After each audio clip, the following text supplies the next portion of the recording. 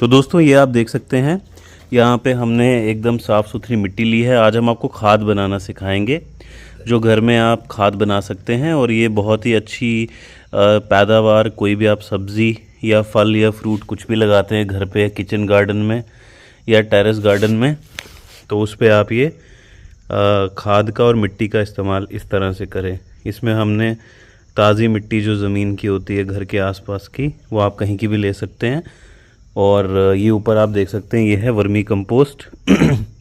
Vermi compost मतलब गोबर जो होता है, गोबर को जब जो छोटे छोटे बिस्कल या स्नेल्स जिसको बोलते हैं, वो जब खा के कंपोस्ट बना देती हैं ऑर्गेनिक मैटर, तो उसमें ऑर्गेनिक कंटेंट और कार्बन कंटेंट बहुत ही अधिक मात्रा में होता है।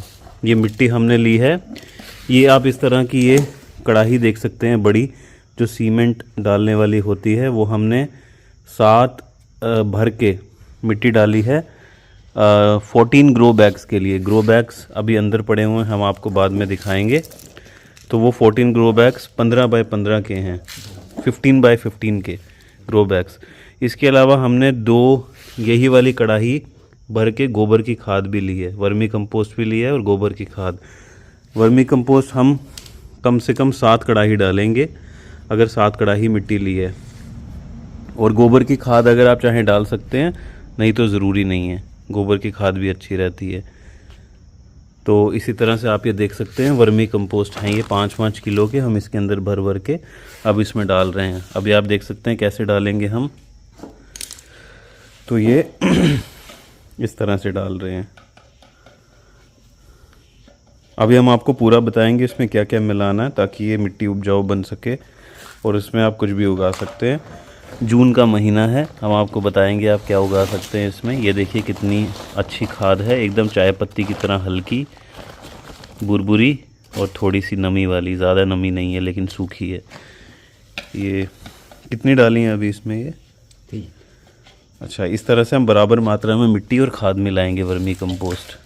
अगर वर्मी कंपोस्ट कम है तो आप गोबर भी मिला सकते हैं। अगर 10 किलो आपने मिट्टी ली है, हमारे ये जम्मू शहर की एकदम साफ़ सुथरी उपजाऊ मिट्टी है, तो 10 किलो अगर आप मिट्टी ले रहे हैं तो आपको वर्मी कंपोस्ट या इवन गोबर की खाद भी 10 किलो ही लेनी है। तो हमारे पास वर्मी कंपोस्ट 6 या 7 किलो के आसपास था, तो बाकी का 3 किलो हमने गाय का गोबर जो 15-20 दिन पुराना है वो डाला है, एकदम ताज़ा देसी गाय का गोबर डाला है, और बाकी 6 किलो वर्मी कंपोस्ट। अब ये देख सकते हैं, ये है, इसको ध्यान से देखिए, ये है दोस्तों नारियल का जो बुरादा होता है ना, बाहर वाला छिलका, उसका पाउडर। तो ये कोकोपीट की ईंटें आपको मिल जाती हैं, जैसे मीशो पे या इवन आप ब्लिंकिट से भी मंगा सकते हैं। ये हम इसमें डाल देंगे, इतनी ज़्यादा मात्रा में नहीं डाल रहे हैं, आप चाहें तो बराबर मात्रा में भी डाल सकते हैं, लेकिन हम यहाँ पे डाल रहे हैं कम से कम। ये कितना होगा, उठा के देखो एक बारी,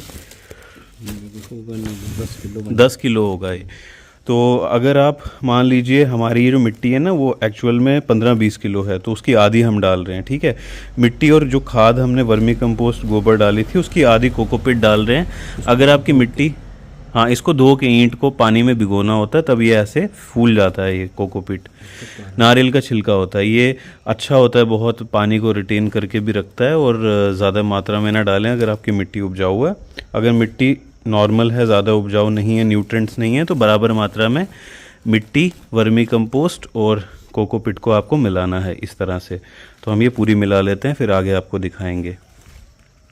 तो दोस्तों आप ये देख सकते हैं, कोकोपीट हमने डाल दिया है। जैसे मैंने आपको बताया, कोकोपीट जो होता है वो नारियल जो सूखा हुआ होता है ना, हम जिसके अंदर से गरी निकालते हैं, पानी होता है, तो उसका बाहर वाला छिलका है कोकोपीट, और कुछ नहीं होता। तो अब ये डालने की, इसकी ईंटें मिलती हैं, आपको पाउडर नहीं लेना है, ठीक है, दुकान से या नर्सरी से। ईंटें जो होती हैं उसमें कंप्रेस करके इसका पाउडर मिलाया जाता है, नारियल का बाहर वाले छिलके का।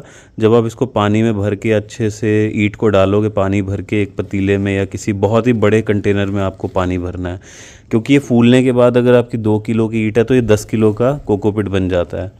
हमने 2 किलो की ईंट मंगाई थी तो 10 किलो का कोकोपीट बन गया ये, क्योंकि कंप्रेस्ड फॉर्म में होता है। अब ये आप देख सकते हैं, हम यहाँ पे ये इफ़को का डॉक्टर नीम खली पाउडर, ये नीम खली, नीम के एक पाउडर बोलते हैं, नीम की खली होती है, आप ये देख सकते हैं हमने 15 बाय 15 का ग्रो बैग लिया है, ये भी आप मीशो से ले सकते हैं। तो इसमें ये अगर 15 बाय 15 ग्रो बैग है तो उसमें नीम की खली आपको 1.5 मुट्ठी डालनी है। तो हमारे पास ये 14 ग्रो बैग हैं इस तरह के, तो हम इसमें 21 मुट्ठी यानी कि एक हाथ भर के एक मुट्ठी होगी, इस तरह से 21 मुट्ठी डालेंगे, ये मिट्टी में मिलाएंगे। तो आप देख सकते हैं इस तरह से ये नीम की खली है। एक बारी देख लो आप कैसी दिखती है ये, आपको हम जूम इन करके भी दिखा देते हैं हाथ में। एकदम ये नीम का जो बीज होता है उसका ये पाउडर रहता है, तो उसके पाउडर को उसका नीम के बीज के जो तेल निकालते हैं ना नीम के बीज का, उसका पीछे जो छिलका होता है उसको सुखा के पाउडर बना के नीम की खली होती है। ये कीड़े वीड़े जो खेत में लगते हैं या आपके प्लांट्स में वो नहीं लगने देगी। तो ये कितनी मुट्ठी आप गिन के डाल रहे हो? तो इस तरह से हम डाल लेते हैं ये पूरी। तो दोस्तों ये आप देख सकते हैं नीम की खली यानी नीम के जो बीज होते हैं, सीड्स होते हैं, उसका तेल निकालने के बाद जो पीछे इसका बारीक बारीक एक तरह का आप कह सकते हैं कि वेस्ट जिसको हम कहते हैं, जूस निकालने के बाद पीछे जो वेस्ट बचता है, वैसे नीम की खली का तेल, नीम के बीज का तेल निकालने के बाद जो वेस्ट बचता है उसकी खली हमने ये डाल दी है। 21 मुट्ठी इस तरह से एक मुट्ठी है। तो अगर आपका 12 बाय 12 का ग्रो बैग है तो उसमें एक मुट्ठी भर के डालें नीम की खली इस तरह से। अगर आपका 15 बाय 15 का है तो 1.5 मुट्ठी डाल सकते हैं आप।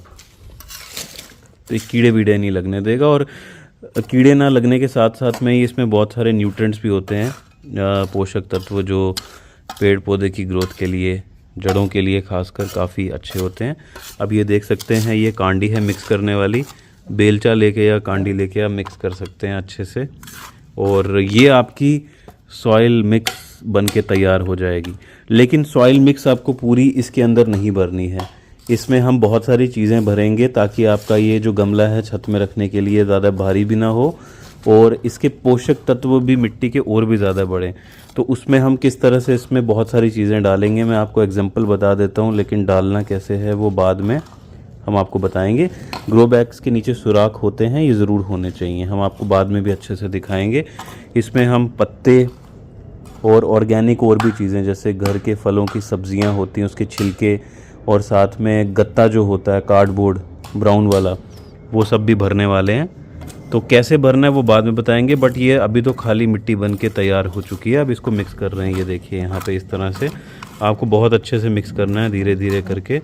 तो ये आपका सॉइल मिक्स बन के तैयार होगा। आप इसमें कोई भी सब्जियां उगा सकते हैं और ये बहुत ही बेहतरीन है, इसमें बहुत ही अच्छे तरह के पोषक तत्व आपको मिल जाएंगे। इसके अलावा एक और चीज़ दोस्तों हम आपको बताना भूल गए थे, वो एकदम ऑप्शनल है, नहीं भी डाले तो भी चलेगा। ये आप देख सकते हैं, हम आपको दिखाते हैं।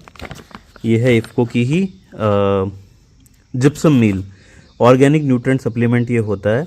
इसमें कैल्शियम और सल्फ़र बहुत ही भरपूर मात्रा में होता है। ये मिट्टी की गुणवत्ता को बढ़ाने के साथ साथ अगर आपके स्टेम्स कमज़ोर हैं या जड़ों में पोषक तत्व सही से नहीं जाते हैं या पत्ते अगर आपके पीले पड़ जाते हैं या इसके अलावा अगर आपके पत्ते जल जाते हैं, ख़राब हो जाते हैं या झड़ जाते हैं, तो ये उसके लिए भी बहुत अच्छा होता है। तो हम ये जैसे मैंने आपको बताया कि 14 हमारे ग्रो बैग्स हैं, उसमें 2 पैकेट डालने वाले हैं। ये जो इफ़को के आई थिंक 900 ग्राम्स के आसपास का आता है। तो ये एकदम ऑप्शनल है, ये आप नहीं भी डालेंगे तो चलेगा। तो ये मिल भी जाता है किसी भी नर्सरी में, तो ये भी आप ज़रूर डालें अगर आप डाल सकते हैं। 1 पैकेट भी बहुत होता है, 1-1.5 पैकेट आप डाल सकते हैं ये।